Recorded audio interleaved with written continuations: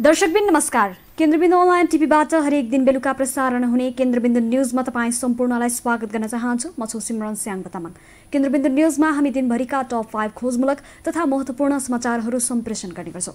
सुरु गरौं आजका समाचारहरूका प्रमुख शीर्षकहरूबाट। राष्ट्रिय सभामा वामदेव गौतम लैजाने नेकपाको निर्णयसँगै मन्त्री बन्न पाउने कि नपाउने भन्ने विषयमा बहस सुरु।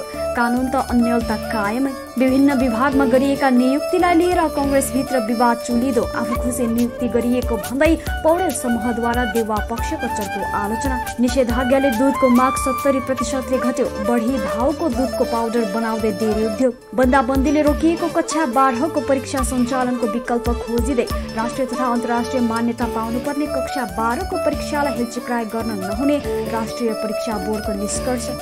र कोभिड-19 विरुद्धको खोप विकास भए पनि आगामी वर्षको मध्यसम्ममा मात्र उपलब्ध हुन सक्ने WHO को भनाई। रुसमा परीक्षण गरिएको खोपले काम गर्ने संकेत। जस्तै परिस्थितिमा पनि होन्डा छ सधैँ तपाईसँगै। त्यसैले अब होन्डा हुनेछ तपाईसँग मात्र 1 रुपैयाँको डाउन पेमेन्ट वा 1 रुपैयाँको EMI वा 1% इन्ट्रेस्ट रेटमा। थप जानकारीका लागि यी नम्बरमा कल गर्नुहोस् वा माथि दिएको लिंक क्लिक गर्नुहोस्। होन्डा छ सधैँ तपाईसँगै। केन्द्रबिन्दु समाचार सुरु गरौं विश्वव्यापी महामारीको रूपमा फैलिरहेको कोरोना भाइरस सम्बन्धी अपडेटबाट। विश्वभर कोरोना भाइरस संक्रमितको संख्या 2,67,73,000 माथि पुगेको छ भने संक्रमणबाट मृत्यु हुनेको संख्या 8,79,000 नाघेको छ। त्यस्तै विश्वभर निको भएर घर फर्किनेको संख्या 1,89,49,50,000 नाघेको छ। यता नेपालमा शनिबार थप 9 जना संक्रमितको मृत्यु भएको छ। यो सँगै कुल मृत्यु हुनेको संख्या 280 जना पुगेको छ। त्यस्तै शनिबार मात्र नेपालमा 1041 जना नयाँ संक्रमित थपिएका छन्। यो सहित नेपालमा कुल संक्रमितको संख्या 45,277 पुगेको छ। विगत 24 घण्टाको अवधिमा काठमाडौँ उपत्यकामा मात्रै 408 जनामा कोरोना संक्रमण पुष्टि भएको छ। यससँगै काठमाडौँ उपत्यकामा कोरोना संक्रमितको कुल संख्या 7,900 जना पुगेको छ। स्वास्थ्य तथा जनसंख्या मन्त्रालयका प्रवक्ता डाक्टर जागेश्वर गौतमका अनुसार शनिबार मात्र 1566 जना कोरोना संक्रमण मुक्त भएका छन्। यससँगै कुल निको हुनेको संख्या 27,121 जना पुगेको छ। अब पूरा समाचार। विश्व स्वास्थ्य संगठनका प्रमुख वैज्ञानिकले कोरोना भाइरस विरुद्धको खोप विकास भइसकेपछि पनि ठूलो मात्रामा बजारमा आउनका लागि कम्तीमा पनि आगामी वर्षको मध्यसम्म लाग्न सक्ने बताएका छन्। खोपको पछिल्लो लट अर्थात् तेस्रो तहमा हुन लागेको ट्रायल यसै वर्षको अन्त्यसम्ममा पूरा हुने भए पनि सबैको पहुँचमा पुग्न समय लाग्ने बताइएको हो। हेरौं पूरा समाचार। विश्व स्वास्थ्य संगठनले कोभिड-19 विरुद्धको खोप निस्केपछि पनि आगामी वर्ष 2021 को मध्यसम्ममा मात्र उपलब्ध हुन सक्ने बताएको छ। विश्व स्वास्थ्य संगठनका प्रमुख वैज्ञानिकले यो खोप आइसकेपछि पनि ठूलो मात्रामा बजारमा आउनका लागि कम्तीमा आगामी वर्षको मध्यसम्म लाग्न सक्ने बताएका हुन्। उक्त विषयमा विश्व स्वास्थ्य संगठनका प्रमुख वैज्ञानिक सौम्य स्वामीनाथनले शुक्रबार पत्रकार सम्मेलनका क्रममा जानकारी दिएका हुन्। उनले सो पत्रकार सम्मेलनका क्रममा भनेका थिए, मलाई लाग्छ यो खोप बजारमा आइसक्नका लागि अर्को वर्ष अर्थात् 2021 को मध्यपछि मात्र सम्भव हुन सक्छ। त्यस समयमा खोप बजारमा आउने र त्यसपछि विश्वका विभिन्न देशहरूमा पनि पुग्न सक्ने देखिएको भन्दै उनले त्यसपछि विभिन्न देशहरूमा त्यहाँका नागरिकहरूलाई खोप लगाउन सकिने बताएका हुन्। उनले उक्त खोपको पहिलो लट अर्थात् तेस्रो तहमा हुन लागेको ट्रायल यसै वर्षको अन्त्यसम्ममा मात्र पूरा हुने बताए। त्यस ट्रायलको परिणाम यसै वर्षको अन्त्यसम्ममा या आगामी वर्षको सुरुसम्ममा आइसक्ने र त्यसपछि खोपको उत्पादन प्रक्रिया सुरु हुने जानकारी पनि प्रमुख वैज्ञानिकले दिएका हुन्। यसै सन्दर्भमा रुसी वैज्ञानिकहरूले भने रुसमा तयार कोरोना भाइरस विरुद्धको खोपको परीक्षणबाट मानिसमा भाइरस विरुद्ध लड्ने प्रणालीको विकास भएको जनाएका छन्। खोपको परीक्षणबारे पहिलो प्रतिवेदन प्रकाशित गर्दै उनीहरूले यस्तो दाबी गरेका हुन्।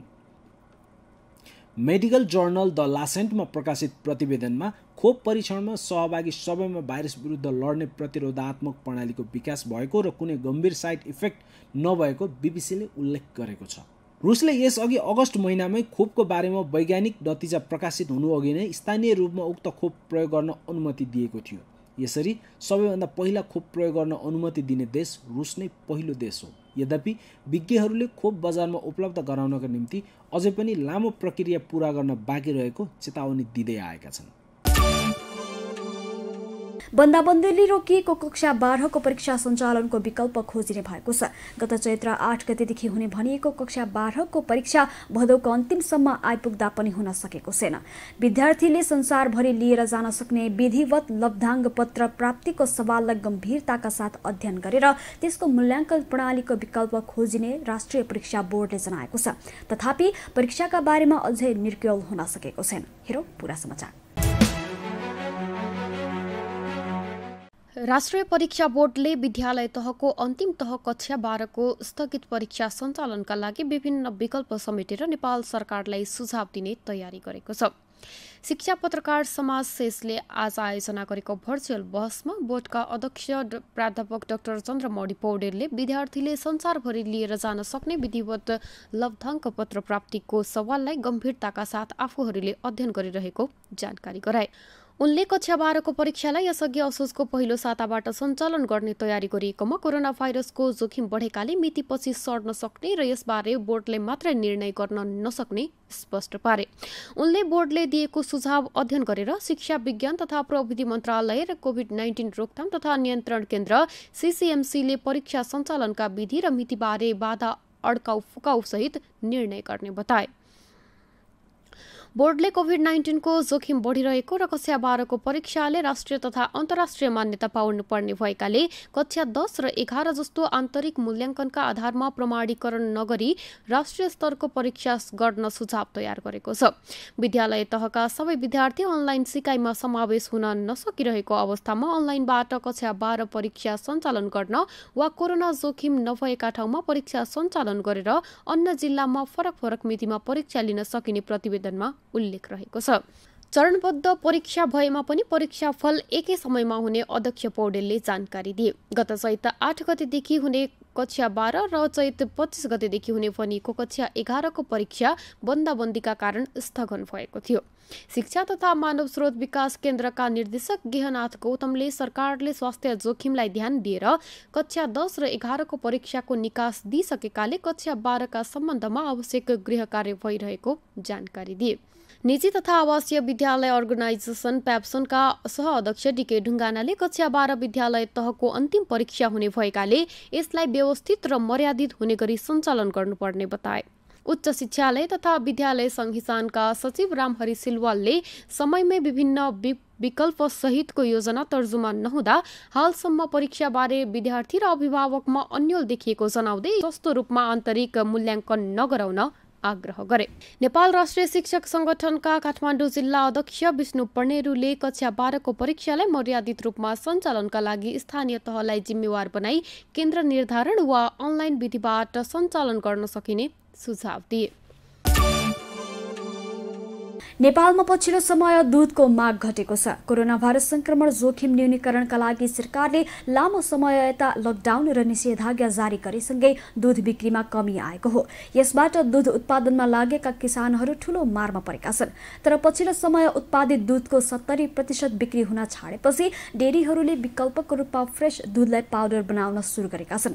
हेरौँ यसै सम्बन्धमा तयार पारिएको यो रिपोर्ट।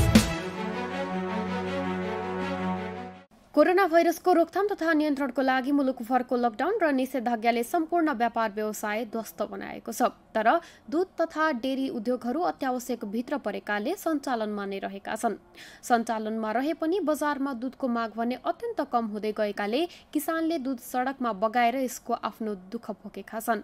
लकडाउनका अवधिमा दूधको बिक्री 50% रहेकोमा हाल आएर थप 20%ले घटेर 30% मात्र कारोबार भइरहेको व्यवसायीहरूले बताउँदै आएका छन्।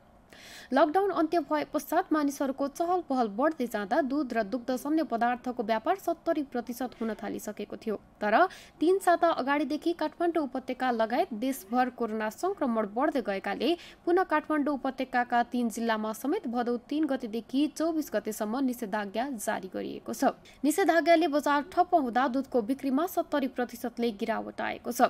यसरी दूधको बिक्रीमा गिरावट आएकाले डेरी उद्योगहरूले दूधलाई पाउडर बनाउन सुरु गरेका छन्। विभिन्न स्थानका किसानबाट संकलित दूधलाई उद्योगमा प्रशोधन र प्याकेजिङ पछि बजारमा पठाउने गरिन्छ। तर निषेधाज्ञाले बजारमा अपेक्षित परिणाममा बिक्री हुन छाडेपछि दूधको विकल्पका रूपमा पाउडर बनाउन थालिएको हो। देशभर सङ्कलन र कारोबार हुनेमा दूध र दुग्धजन्य पदार्थको मुख्य बजार काठमाडौँ उपत्यका रहेको छ। डेरी उद्योगहरूको वार्षिक कारोबारमा 60% हिस्सा काठमाडौँ उपत्यकाको छ। 2 साता अघि पशुपालकबाट दुधको उत्पादन कम हुँदा नेपाल डेरी एसोसिएसनले स्टकमा रहेको पाउडर र बटर टोनिङ गरेर बजारको माग पूरा गरेको थियो। लकडाउन पश्चात टोनिङ गरेर पठाउँदा पनि माग उच्च भइरहेको थियो। निषेधाज्ञा पछि भने बजार घटेको छ। आपूर्तिको परिमाण नघटाउँदा पनि बिक्री घटेपछि डेरीहरूले विकल्प खोजेको नेपाल डेरी एसोसिएसनका महासचिव प्रहलाद दाहालले बताए। उनका अनुसार निषेधाज्ञा लागू भएदेखि दुधको बिक्री घटे भएकाले यसको विकल्पमा फ्रेस दुधलाई पाउडर बनाउन पठाइएको हो। किसानहरूलाई पनि सकभर बजारमा पठाउने फ्रेस दुधको परिमाण घटाउन आग्रह गरिएको दाहालले जानकारी गराए। अहिले डेरी एसोसिएसन सम्बन्ध उद्योगहरूले किसानबाट सामान्य समयमा दैनिक 31 लाख लिटर दुध उठाउँछन्। गत महिनासम्म 24 लाख लिटर सङ्कलन हुँदै आएको थियो। यति बेला बढी भएको दुधलाई पाउडर बनाउनका लागि पोखरा पठाउने गरेको उनले बताए। यति बेला बजारमा मागकै अनुपातमा आपूर्ति गरिरहँदा पनि बिक्री घटेर कारोबार प्रभावित भएको डेरी उद्योगहरूले जनाएका छन्। अहिले दुधको कारोबार घट्दा उद्योगहरूले दुध किसानलाई दिने भुक्तानी पनि प्रभावित भएको छ। फ्रेस दुध पर्याप्त नपाइदाको विकल्पमा डेरीहरूका पाउडर र बटर टोनिङ गरेर बजारमा पठाउने दुध बनाउन काम लाग्ने गर्छ। त्यसैले पाउडर बनाउन थालेका हुन्। निषेधाज्ञा अघि दैनिक 82,000 देखि 85,000 लिटरसम्म कारोबार गर्दै आएको डीडीसीको बिक्री घट्दै 76,000 लिटरको हाराहारीमा पुगेको डीडीसीले जनाएको छ। कोरोनाको संक्रमण व्यापक रूपमा बढ्न थालेपछि बिहानको समयमा मात्रै अति आवश्यक सेवाहरू सञ्चालनमा रहेका छन्। स्थानीय प्रशासनले केही समय डेरी खोल्न दिए पनि सङ्कलन भइरहेको अनुपातमा बजारमा बिक्री नहुँदा दुग्ध विकास संस्थान र नेपाल डेरी एसोसिएसनले बढी हुने दुधलाई पाउडर बनाउन थालेका हुन्। केन्द्रबिन्दुका लागि अनिस मिसारको रिपोर्ट। प्रमुख प्रतिपक्षी दल नेपाली कांग्रेसका सभापति शेरबहादुर देउवाले पार्टीका विभिन्न विभागहरूमा आफू खुसी मनोनित गरेको भन्दै पार्टीभित्र विवाद चुलिएको छ। सभापति देउवा पक्षले खुरुखुरु नियुक्ति दिएपछि पौडेल पक्षले यसको विरोध गर्दै आएको हो। शनिबार बसेको पौडेल पक्षको बैठकमा सभापति देउवाले पार्टीको विधि उल्लङ्घन गरेकाले सुरुमा निर्णय सच्याउन अल्टिमेटम दिने र सो अनुसार नभए धरना र अनसन नै बस्ने चेतावनी समेत दिएको छ। हेरौं पूरा समाचार। नेपालका सबैजसो राजनीतिक दलहरूमा केही न केही आन्तरिक विवादहरू उत्पन्न भइरहन्छन्। कतिपय दलका विवादहरू सतहमा आएका छन् भने कतिपय दलको विवाद भित्रभित्रै भुसको आगो जस्तो फैलिरहेको हुन्छ। यति बेला प्रमुख प्रतिपक्षी दल नेपाली कांग्रेसमा पनि विवाद देखिएको छ। एकातिर 14औं महाधिवेशन निर्धारित समयमा होला कि नहोला भन्ने विषयले कांग्रेसमा हलचल मच्चाएको छ भने पछिल्ला हप्ता यता सभापति शेरबहादुर देउवाले विभिन्न विभागहरूमा आफू खुसी मनोनित गरेको आरोप पनि खेपिरहेका छन्।